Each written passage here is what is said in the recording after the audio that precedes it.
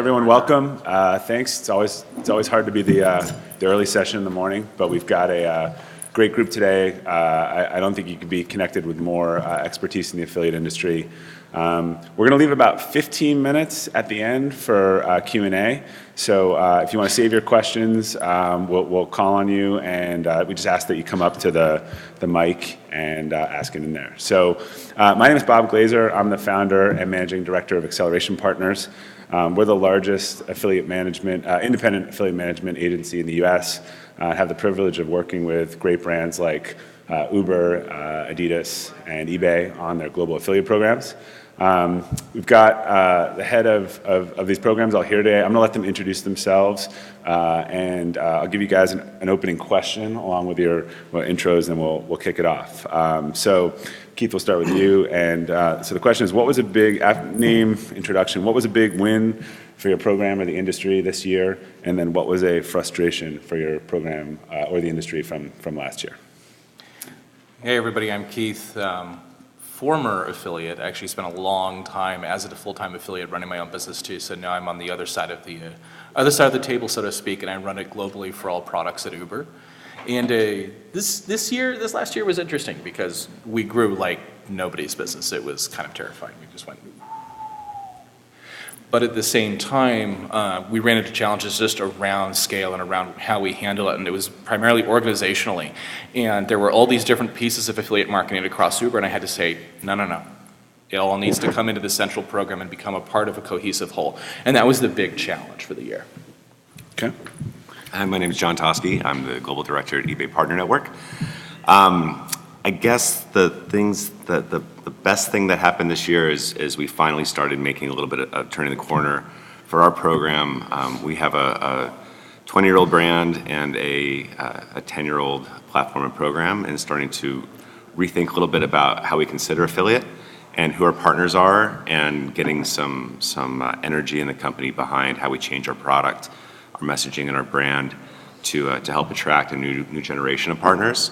Not that we don't love our existing affiliates, but I think we get complacent a little bit in this industry. And as we look around, starting to see other forms of marketing appear, and have we been very good at adapting to be attractive to that. And that's also been the hardest part this year, is turning that corner. And there's a lot of technology work that goes involved. There's a lot of philosophical discussions about what is affiliate.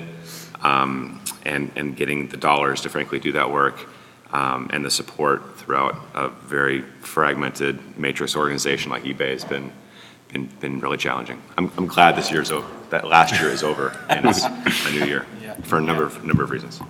Okay.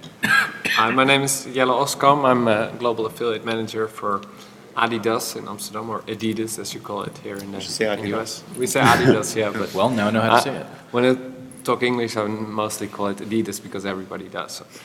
So. I started back in 2015 together with my colleague Matisse to run the global affiliate program for Adidas, and also on the interim for the US. We made some big changes focusing on data, on tracking, on the incremental value of affiliates. Instead of just trying to get as many sales as possible, we changed it into getting as much incremental sales as possible, and at the same time without harming the brand at any case, which is getting a bigger challenge into next year.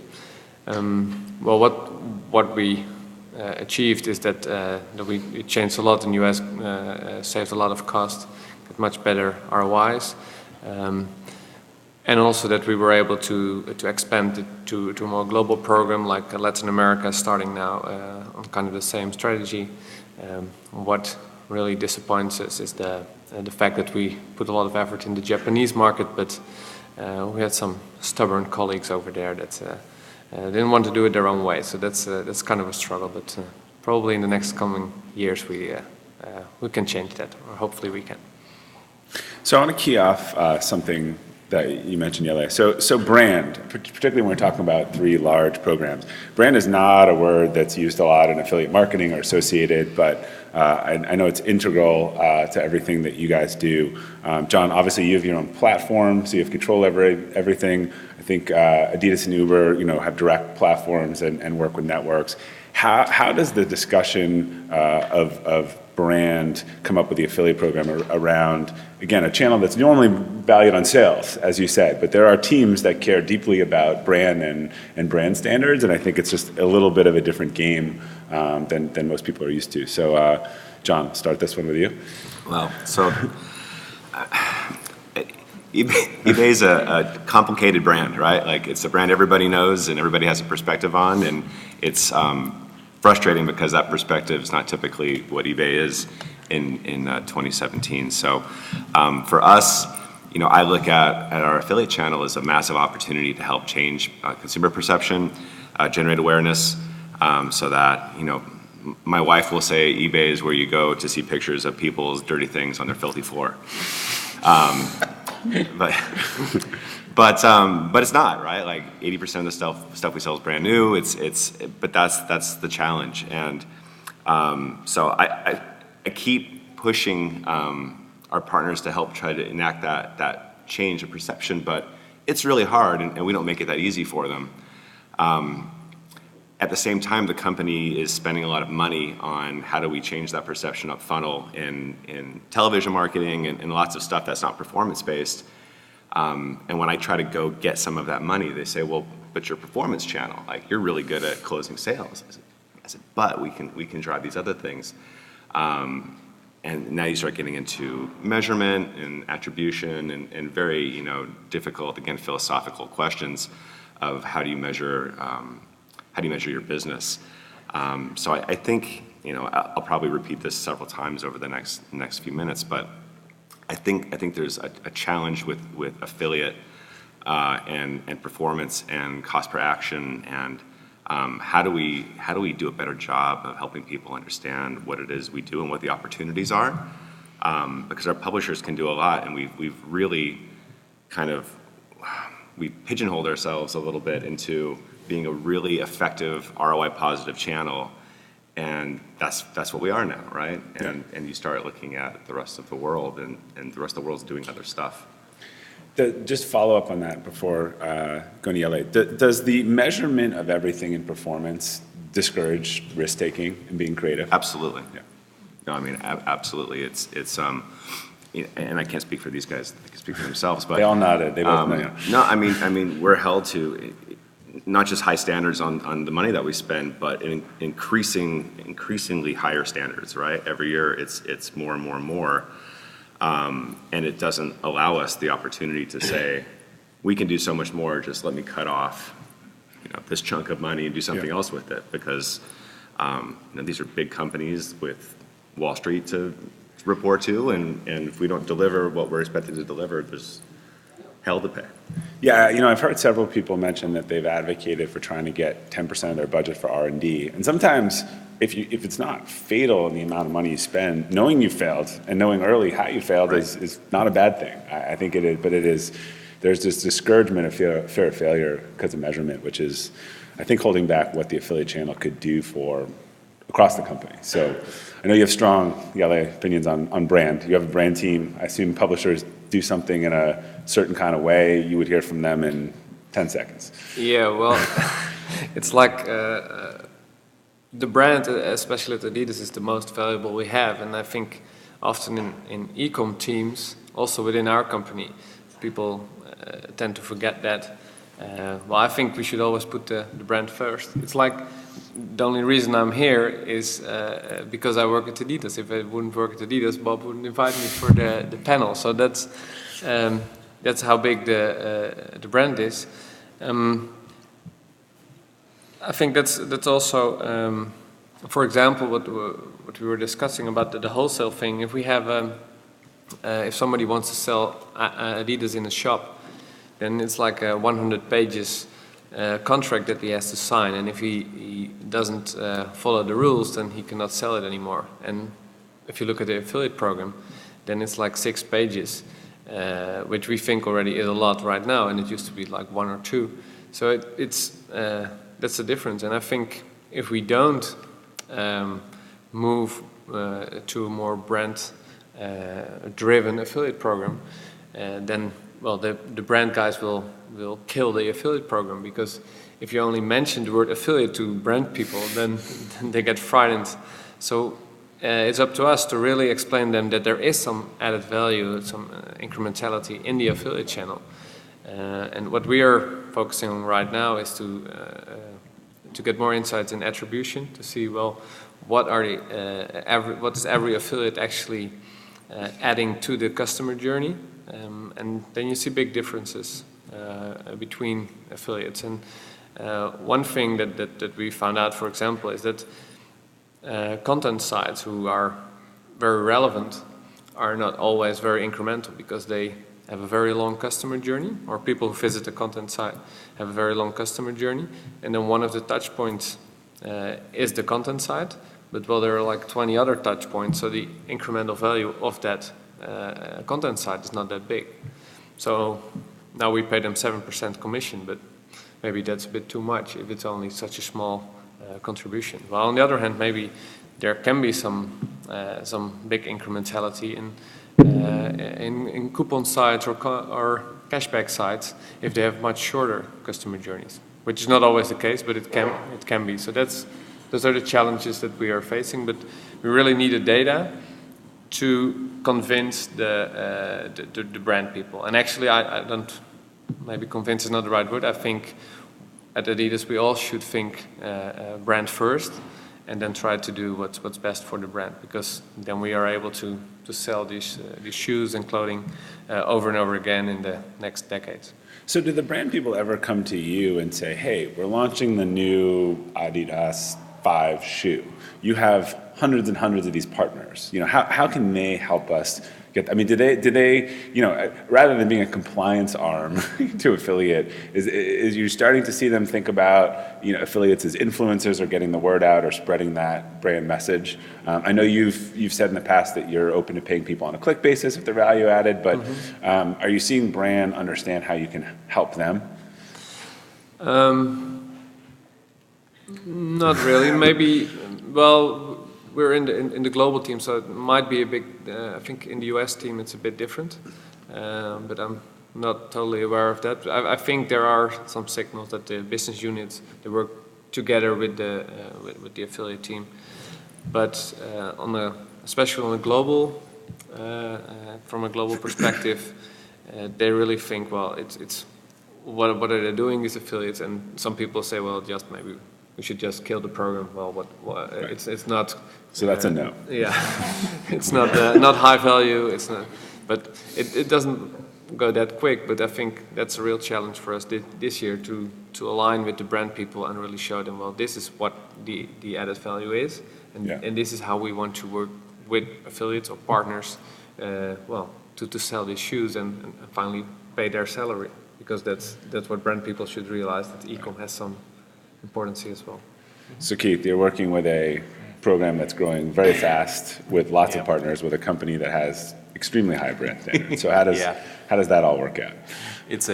For us, the challenge has been around there. It's like two sides. It's compliance and then representing us accurately. I mean, you all know about the stuff that Uber's had to deal with, and so it's driver, partner, drive with Uber.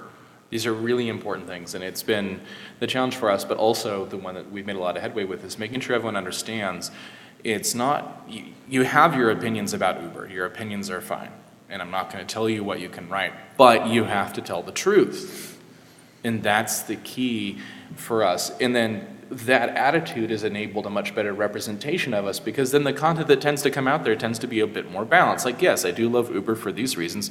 This isn't exactly the best part of it, but it's okay. Take the good with the bad. And people are more accurate in what they write. And because they're more accurate, it's understandably much more truthful to the end user. The end user trusts it more. The end user trusts in it more, therefore is more inclined to drive for Uber or ride with Uber, and then off we go. And so that, with that kind of combination, we've now got good momentum behind the brand. And then as we're turning, we're now becoming a brand-centric organization. So as our company becomes much more brand-focused, we have a story to tell. We've now got affiliates that understand that we do need to tell a story in a truthful way, but now they have a story as well. They're not just writing their own story. We're saying, hey guys, this is what we're doing. This is what we want to talk about. And you can write about this if you want. And they do. And that's really helping a lot. So what's your, I think back 5 or 10 years when affiliates started trademark bidding, right? And we would catch them in programs, like, oh, sorry, there was some automation and I screwed up and I'll fix it and it won't happen again. With the control that you guys have over your programs, what's your strike policy? Is it one strike? I mean, to what Yele said, hey, you're a wholesaler. We have standards. You break our standards. You don't get to work with us. How do you balance being a good partner but saying, look, there's no messing with our brand, because it could result in a lawsuit, right? In your case. Yep. There are some things we make very, very clear are one strike. That's it. Sorry. It's very, very easy to understand. If you do that, goodbye. And I say that having been an affiliate and having gotten said strike before on a complete accident, I was like, oh, damn, that was a lot of revenue. I don't want that to happen. We're very, very clear. In general, though, we try, I'm making the program I've always wanted. A program that is very, very fair, extremely full-featured, and works everywhere. And in doing that, it means that we have to be able to say, these are the strikes. There are a few things you literally cannot do or I will kick you. There's no excuses, but you have to have done that on purpose. It's not something you do on accident. Strike policies, John? Yeah. I'd say it just varies, right? We have terms, but we look at each case, right? Sure. And I would like to think that in every case we try to give somebody a chance to rectify it. There's always something where it's like, I mean, come on. It's not an accident. And you just are done with that. But, there aren't affiliates falling out of the sky all over the place, right? And especially somebody that we've had a relationship with, and people make mistakes. And I think a lot of it is when we send somebody a note and ask them to stop doing what they're doing, do they understand why? And in cases where people literally have never read the terms before, or I can't convince them that what they're doing is a challenge for us, Yeah. I'll probably just end it and move on. One strike and you're out. That's it. I've worked as an affiliate as well, so I know all the tips and tricks and all these kind of things. So these are the terms. If you better be very, very careful to not breaking our rules. If you do, also maybe it is an accident, which I don't think, but even if it is, well, then it's just unlucky. And I think, well, we have kicked a few affiliates out of the program that were pretty big, but I think by doing that we set a kind of example. Well, just better stick to our rules, or otherwise, well, it doesn't matter if you're our best affiliate or not. Well, we are the global brand, so it's our rules, it's our way or the highway. That's it. No. Yeah, I mean, an example, an analogy I always give that I think it's helpful for people to take back to their organizations and programs is equating affiliate to sort of brand licensing, right? So if you're Nickelodeon or you go to Nickelodeon, you got to sign a lot of paperwork about what you can do and not do and what you're going to make and be specific. And I don't think it's wrong for affiliate programs to have that same expectation of their partners when they're using their brand. Again, there's some brands that don't care, right? It's about sales, but then there's some brands where there's brand departments and it's really different. Yeah, can I add something? Yeah. I think to come back to the brand thing, Yes. We can tell this also to our brand colleagues to say, well, we think the brand is as important as you think it is, and that's why we use these rules. So if we were be very generous to affiliates and to, oh, well, one mistake, okay, try again, then our brand colleagues would say, well, you don't care about the brand, you care about your your profits or your targets or whatever. So I think that the brand should be, for everybody in the company, should be the highest thing that we should focus on. And this is one example to prove that. So let's dig into the global. You all run global programs. The world is evolving the affiliate infrastructure in different countries at different times. In some ways, if you look at Brazil or something like that, you probably have all the same stuff that went on here 5 years ago. You have the retailers, then you have the networks, then you probably have trademark bidding and stuff. It's all new. It repeats itself. So as you guys are all establishing these global programs, how do you get sort of the global strategy and what you want and not repeat these mistakes while respecting the sort of cultures and the need to be local? And I know a lot of the problems stem from the organizations and the marketing organizations aren't global, right? So it's hard to have a global strategy, but you're using global programs. And again, you don't want to, as you alluded to before, you don't want to make this mistake that you learned here in another country or have someone else who just came and make it. So how do you guys think about this sort of coordinated global strategy about what you can control and not control, and getting that right balance? So Keith, we'll start with you. Yeah, it's been interesting because I came in and there was an affiliate program in the US and I said, hey, this is actually going to work across the whole world. And it took a few weeks and everyone finally said, okay. And it was about looking at all the pieces of affiliate and saying there are things that are being done in this company, in this massive global company with a couple hundred offices that are effectively affiliate marketing. They all need to be consolidated because it needs to be consistent. Fragmentation is the enemy in a global program. You want a person to be able to sign up, no matter where they sign up, that one link works across the whole world. So if you have to have a Japan link and a US link and a UK link and a Brazil link, that isn't going to work because a website is global. Someone comes and visits a website anywhere in the world, they should be able to click on the link, do something, and the website owner get paid for the action. And so for me, it was all about consolidation and saying to everybody, hey, look, we need to be consistent. We need to have a single global strategy. And as Uber has been building out our regional marketing teams to make sure that they understand, this is your part of the affiliate role. And then the HQ team is making the whole thing work, so you're plugging into a program that exists instead of trying to make your own. And that has worked so far. There's a few people that decide to rebel against it. I'm like, no, stop.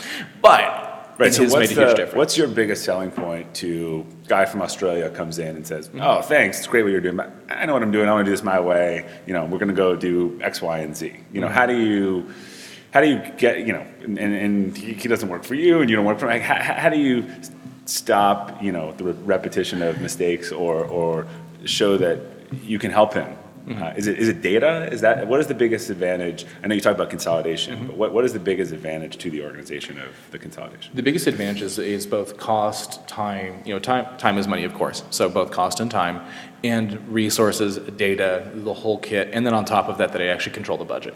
But in this case, it's being able to say to someone in Australia, hey, look, I understand that you might want to do it your way. If you have an affiliate network you want to add, I get it, we'll plug it into our systems. I'm okay with that. More important to me is that it be the same.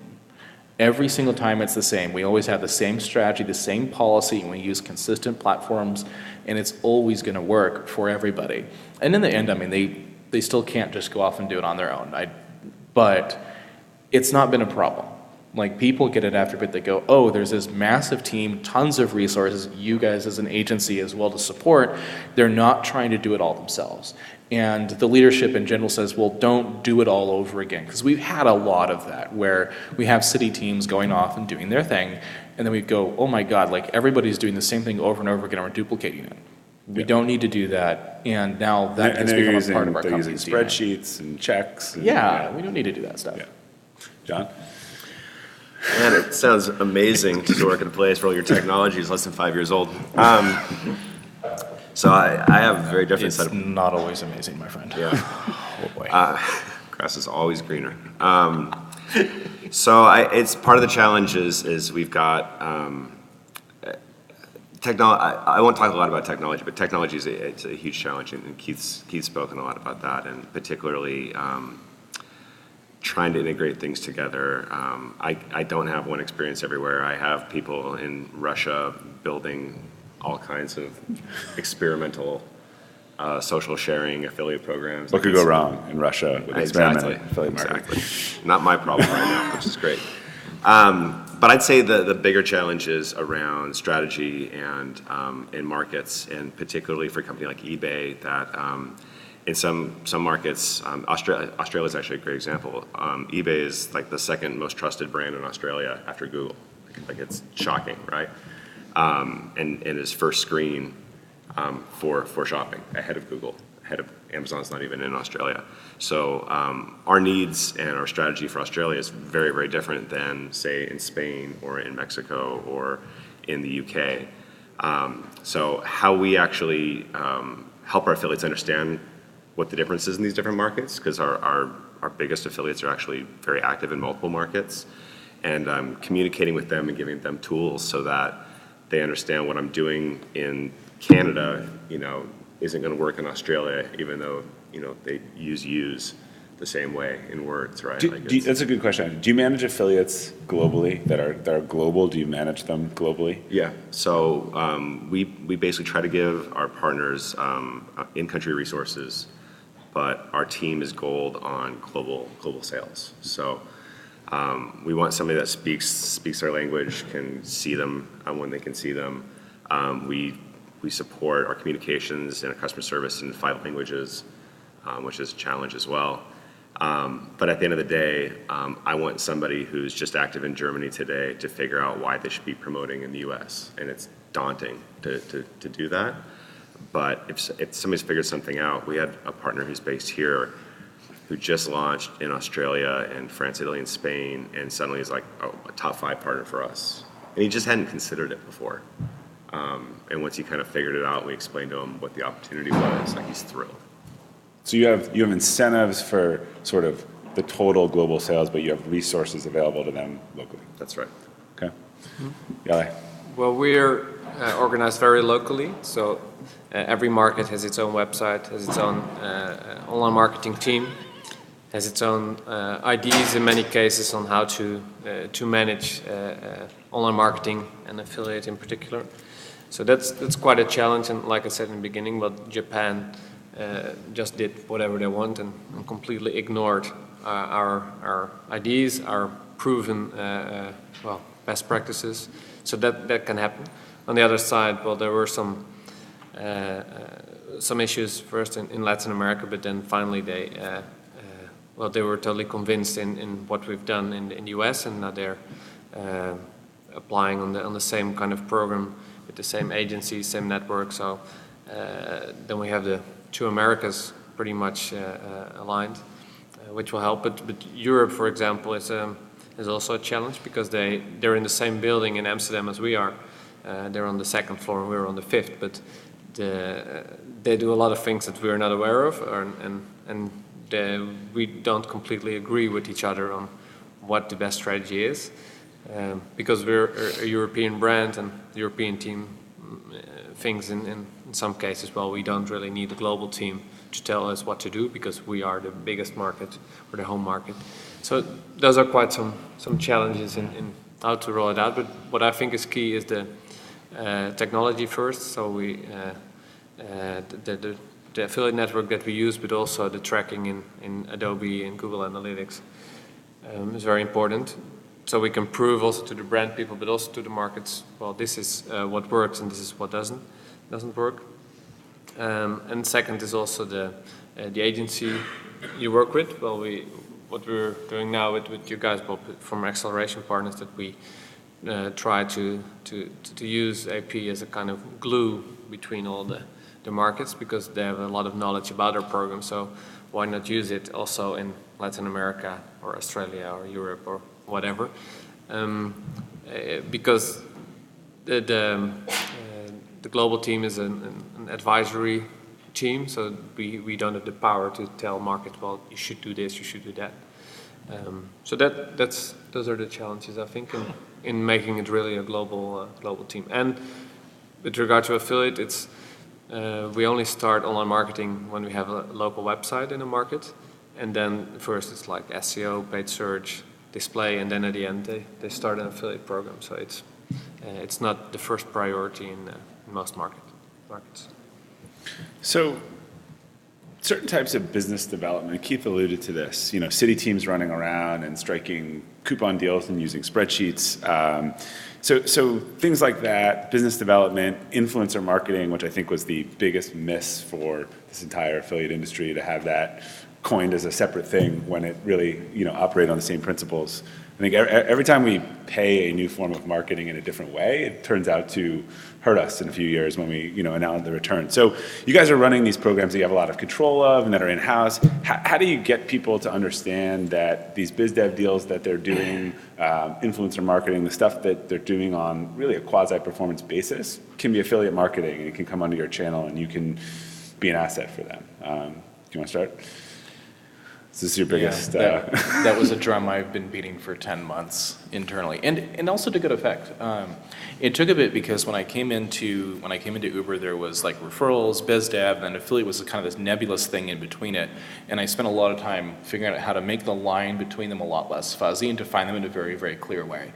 So we understand the division between like business development, bigger deals where there's bigger commitments versus affiliate, and then referrals, which is much more like one-to-one type of individuals marketing.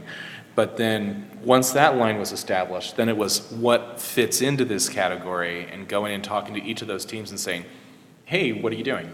And they're going, well, I'm doing this. I'm like, what are your pain points? And they go, well, invoicing. I'm cutting, like we're cutting, 750 checks a month. I'm like, that's wonderful. I can take care of that. And 99% of the time, everyone goes, oh, you have a platform and can take care of it for me? Thank you. And they're so happy because they've been doing it manually. There's no infrastructure in place. There's nothing. So how do you brand it internally? What do you tell people internally you're doing? Do you tell them you're doing partner marketing, affiliate marketing? Affiliate marketing. They say, well, what's affiliate marketing? Like, is it coupons and stuff? I'm like, no, here's affiliate marketing. And like, we do like learning and development sessions every month with big webcasts to 12,000 people. It's a lot. There's a lot of people in the company now. It's terrifying. But we do these webcasts, we broadcast it, we talk to people. I go on site, I meet with teams and beat the drum, but then people understand, oh, what I thought affiliate marketing was is not actually what it is. I've defined it very simply. It is standardized partnerships at scale. And this is what I think I've been going for. It's standardized because the terms are generally the same. Like, how often do we ever edit our affiliate terms for anyone? There we go. They're all partnerships because they're all performance-based, and it's at scale because there's no upper bound. You can have 100,000 or 1 million. That's the thing. And so getting everyone to understand that, they go, oh, what I'm doing fits in that. And then they understand that they can go ahead and utilize what we do. It makes their life much easier. Yeah, contracts and payment, I think people forget about all the time. I had some acronym, I'm forgetting it now, but the amount of partnerships we've seen where people are giving them a code, sending them a spreadsheet 2 months later with how they did. Yeah. They're sending them an invoice. They're mailing them a check. As you said, that doesn't really scale. But they are affiliate element-oriented things. Quickly before we move on, influencer marketing. Where does that fall at Uber? Affiliate, not affiliate? Does it depend on how it's being done? Anything that's on a pure performance basis is affiliate at Uber. Sometimes there's a hybrid, and then we still put it in an affiliate. It's difficult because there's still, with influencers, there's still a lot of things in the legal universe to be determined about it. But in general, yeah, it's falling under affiliate. John. So at eBay, influencers is outside of affiliate because I don't consider it performance-based. Now there's metrics, but those metrics are not held to the same standards that the metrics I'm held to. And inevitably, whenever again, a big company, there's something upstart, when it gets to any meaningful size that they need budget to pay all these people, everybody looks across at all of our marketing channels and says, well, but with affiliate, we know what we get, and we understand the value and the incrementality of it and the ROI. Why should I give you more money to pay people to send us traffic or to post something? And they come back and say, hey, how do we get this to be more like affiliate? I'm like, well, you need to pay people less and get more out of them, and then it's performance marketing. But right now, you're just throwing money out the window and throwing more and more because it's a rat race.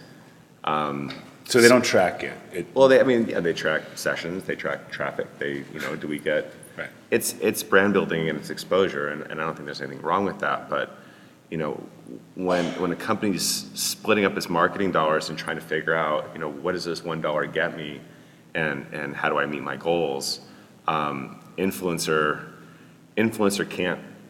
can't keep growing at the pace it can, particularly for retail, right? Like Coke and P&G, like, I mean, they can throw millions of dollars at people to post, you know, how awesome Tide is all day long. Yeah. But they're not selling Tide. Tide off of those ads, right? They're winning Right. winning mind share.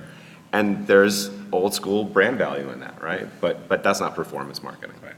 Could be, but, right. It's When you said it's not at economics have to eBay. get to Right. the economics have to get to a place where Right. it can compete with, dare I say, traditional forms of performance marketing. Yeah. And it's not anywhere close today. Right. And So just to clarify yeah. on mine, like influencers, that's when we're paying them on a performance. There's other stuff that's not.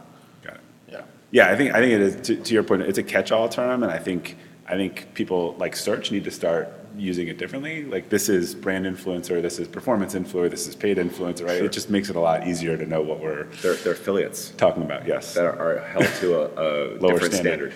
Yes. Why the different standards? So I sense that frustration earlier. Is that the biggest roadblock that, to kind of Keith's vision of what he was saying, is that why do we have different standards, you know, with these large companies for things that are measured and not measured? Well, and again, I can't speak for everybody, but I mean, the amount of money we spend on an influencer program is pennies compared to what we spend on affiliate, right? And you know, you mentioned earlier that it feels like we missed something with influencer, and this other boat kind of went by, because influencers should be the next generation of affiliates. Right. Right? It's distribution on a Social publishing platform. distribution, yeah. Absolutely. But been crowned with these special rights Yeah. to get money, and there's enough money coming from enough places that it's going to take a long time to change the expectation in the influencer space that performance is expected to keep getting paid. And as long as large companies are throwing millions of dollars into Yeah. that space, like, that's not going to happen very quickly. I will say our experience has been, I think that is changing pretty quickly. Yeah. What the influencer networks did, you know, influencer native, I kept saying, this is what we've been doing with affiliates for years, give them content, have them share. Right. But what they did amazingly, that I think probably a lot of the networks are kicking themselves, is they went out and recruited 7,000 people in 6 months and got them into this network, and brands were throwing money at them. What we've seen changed is they now have a problem that the affiliate industry can solve, which is a platform at scale. So they've recruited 7,000 people. There's been a shakeout. Now, 10 of them can get paid fixed fees, and they've Right. got 6,900 other people who need to make money who aren't going to get fixed fees. And we see them saying, hey, what's this affiliate Yeah. Makes ecosystem, sense. and how do we plug in and get people paid on performance? So I do think it's shifting. I think the sort of indiscriminate money at influencer is calming down, and measurement at the end of the day. Like I said, anytime something new starts, people sort of suspend the rules. Never seems to work out well. So yeah, you got brands, you got athletes that are running their own sites that want to sell stuff. What is considered affiliate? What's not affiliate? What's biz dev? How is that looked at within the company? Well, I think we're still figuring out that ourselves. There are a few different departments working on PR, on affiliates, on influencers, on all these kind of things, and they also B2B partnerships. It's all, sometimes we hear about a department that we didn't even know before, because it's kind of fragmented also among Germany and Amsterdam.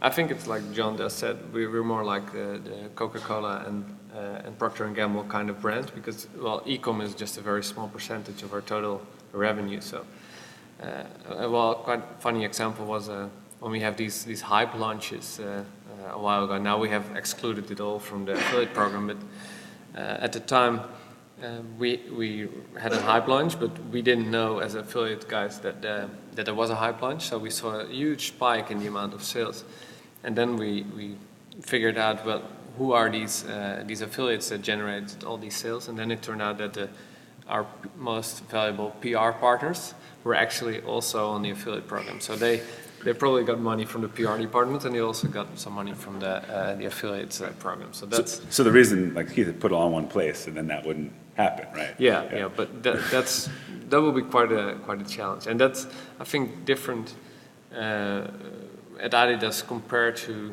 Uber and eBay, because you guys are really, well, are online companies. We are not, and online or e-com is just getting slightly bigger, but still very small compared to the total, the whole company. So therefore, it's kind of a struggle to make affiliate marketing or online as a whole, but then affiliate marketing in particular, make it more important to tell all these PR brand departments, well, let's put that all together in the affiliate department. And they would say, well, who are you guys?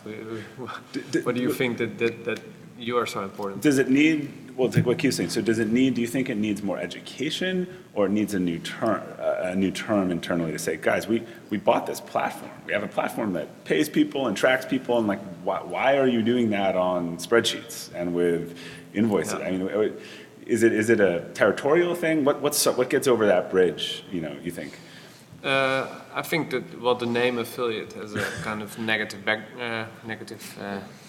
sound, so that would help to call it like partner program would make it a lot better. But I think education is very important. Yeah. So that's also from the global team a focus area that this year, to connect with all these other teams to tell them what we're doing and what is said, but that we put the brand first as well, so that they don't have to be afraid that we will just take away the brand and give it to everybody who wants to to do something with it. So that segues well in the last question, talking about the brand affiliate, and let's talk about standards, I think, and industry standards. So one thing that I have seen in looking at the industry here versus the UK and Europe is that I think in Europe they've worked together. Competitors have worked together more closely and agreed to some standards and best practices and what's okay and not okay. And I think it's a little more in our US DNA here, but the industry is very competitive and has been. And people don't want to work together, and there has been failed attempt after failed attempt to get basic standards about what's okay, how do you show a coupon, or what is cookie stuffing, or no one can agree because one person wants to permit it and one person doesn't. So, I think about if you had, USB, I mean, industries, what the display industry has done, look at all this fraud now and all this stuff, but they have come together with one voice and standards and really grown that industry. And you think about something like USB or HTML5, everyone agrees, to some basic things in order to grow the industry. So I think it's hurt us. And I think there's Keith, we talked about this, but there's an opportunity for the brands to drive this and work together. But just love you guys to dive in on sort of what do we need to do here to work better as an industry to improve that image that you're talking about, and why everyone's so excited about programmatic display and can't buy enough of it, which is 50% fraud, yet they're so concerned about affiliate, which is a down funnel performance sales-based thing. I struggle. The only thing I can come away with is they've just done a better job of everyone working together and telling their story. So I'd love to hear your thoughts on this. Keith looks like he wants to dive right in. We need to rebrand. It's just that simple. I mean, everyone thinks of affiliate in a particular way. And I mean, I'm out here beating the drum. I think we all need to beat that same drum publicly, and also beat the same drum with the same beat and say affiliate is not what you thought. It is this much larger universe of marketing here. And if we do that, that will change the narrative. The whole narrative has to be upended because people have a very limited vision of what it is, both inside and outside the industry, and we need to change that. And until we do, people will continue to consider it a different thing. Uber has woken up and gone like, holy crap, there's a huge channel in here. We should be able to make everyone aware that there is massive potential. And that means we all have to have a consistent voice. We all have to say the same thing. And it's going to take a while. But the sooner we do that, the better off we all are. And what about the standards piece? It's part of that. In the rebranding, the standards too, and being able to say this is what is acceptable. This is what we believe is valuable. These are the things as we define them. And so that's the other thing too. It's not just standards around what's acceptable and what's not, but what each thing is. Cookie stuffing could mean something else to another company entirely. I know what it means to me. We need to be standardized around terminology and then be able to say what we are willing to accept. And then there are some things, of course, none of us will want to accept, but as long as the consistency of the brand of what affiliate means brings with it a consistency standard terminology too. If we nail those things, it's much easier for everybody.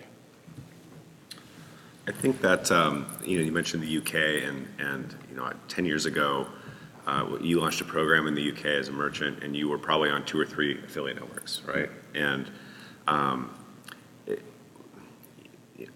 I'll blame the networks here in the US, right? Like it's when you looked at a network contract 10 years ago, it was medieval, right? Like you were signing your life away as a brand to work with that company. And it was ruthless, right? Like changing networks was a massive deal. People fought over merchants like pieces of meat. I think it's a little better now, and I know we don't have time to get into the ideas of SaaS and the evolution of network technology, but in Europe, like they just kind of from the start realized they were all in it together and that they were going to have to compete.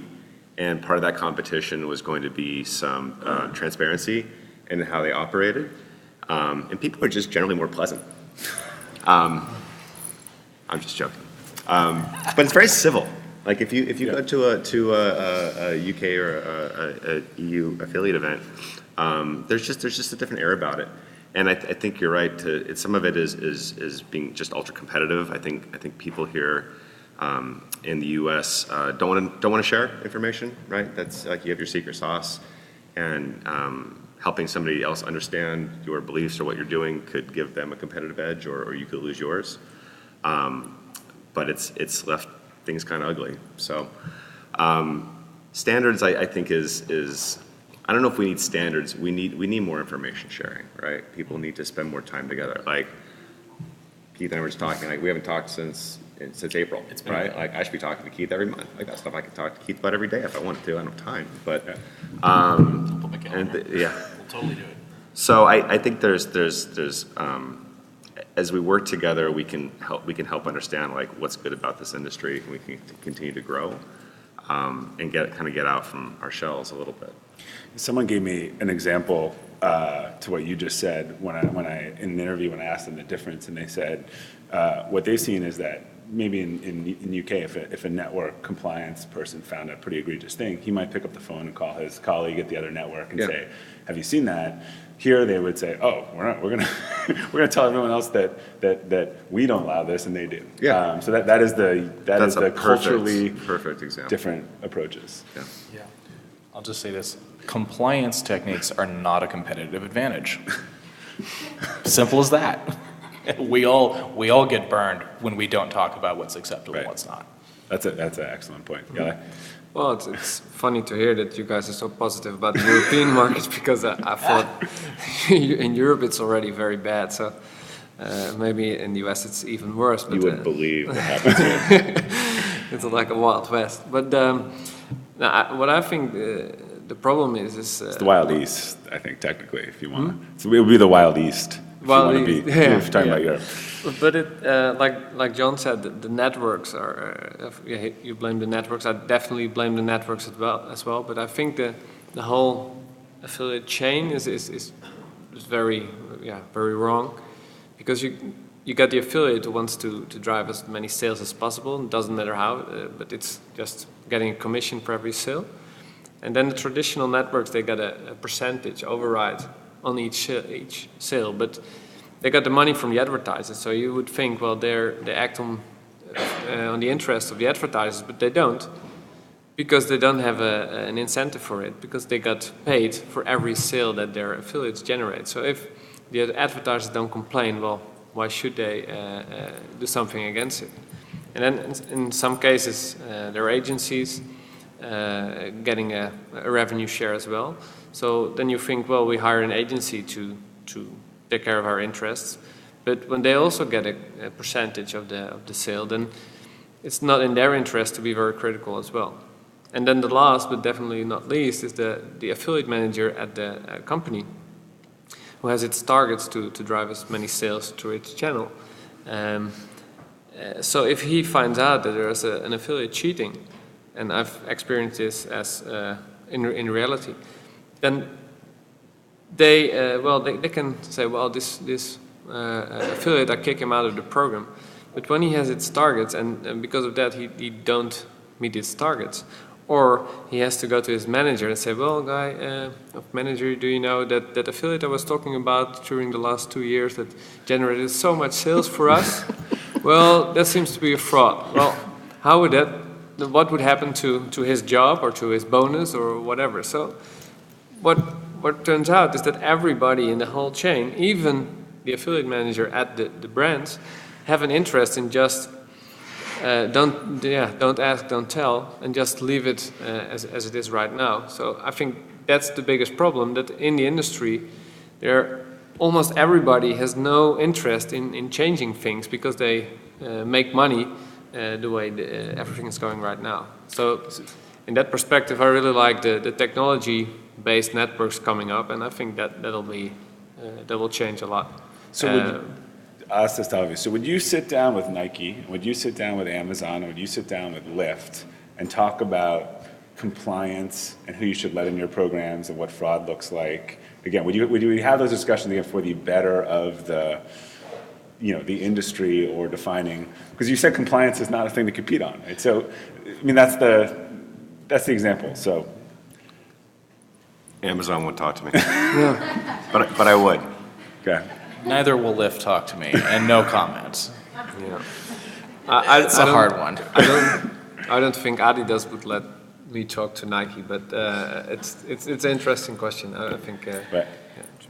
I mean, and I would bite the bullet.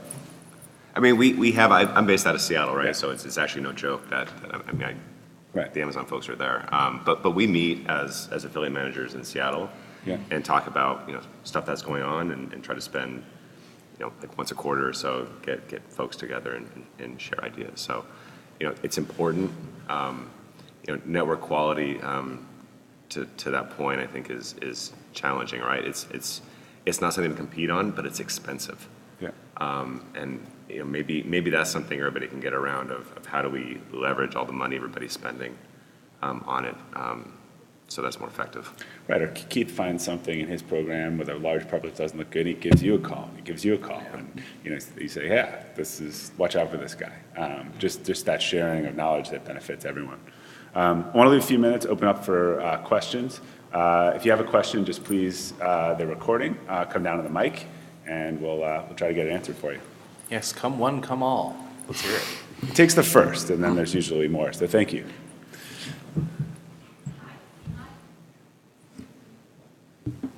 Hi, my question is about attribution. I know this could be like a whole session, but I'm curious if you could share very briefly what's your current attribution model and what are the biggest pros and cons that you've seen?